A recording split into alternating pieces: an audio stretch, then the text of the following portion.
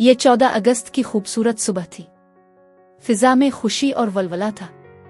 हर तरफ सब्ज हलाली परचम लहरा रहा था और बच्चे अपने हाथों में छोटे छोटे झंडे लिए गलियों में घूम रहे थे।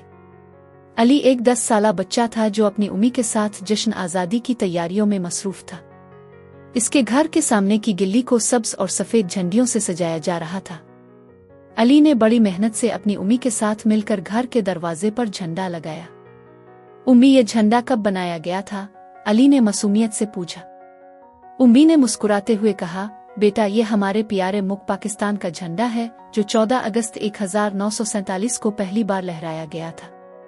ये दिन हमें हमारी आज़ादी की याद दिलाता है। अली को उम्मी की बातें सुनकर बहुत खुशी हुई। वो सोचने लगा कि किस तरह हमारे बुजुर्गों ने कुर्बानियां देकर हमें ये आज़ादी दी है। इसने फैसला किया कि वो भी अपने वतन की खिदमत करेगा और एक अच्छा शहरी बनेगा। शाम होते ही अली और उसके दोस्तों ने मिलकर मोहल्ले के बच्चों के साथ जश्न आज़ादी की तकरीब मुनज़्ज़म की। हर कोई कौमी नगमे गा रहा था और आज़ादी के नारों से फिजा गूंज रही थी। अली ने अपने दोस्तों के साथ मिलकर आज़ादी के गीत गाए और सब्ज हलाली परचम को सलामी दी।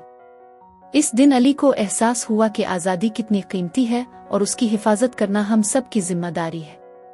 इसने दिल में अहद किया कि वो हमेशा अपने वतन से मोहब्बत करेगा और इसे तरक्की की राह पर गामजन करने के लिए मेहनत करेगा। इख्तिताम। ये कहानी हमें याद दिलाती है कि आज़ादी की कदर और एहतराम करना हमारा फ़र्ज़ है और इसे बरकरार रखने के लिए हम सबको मिलकर काम करना चाहिए।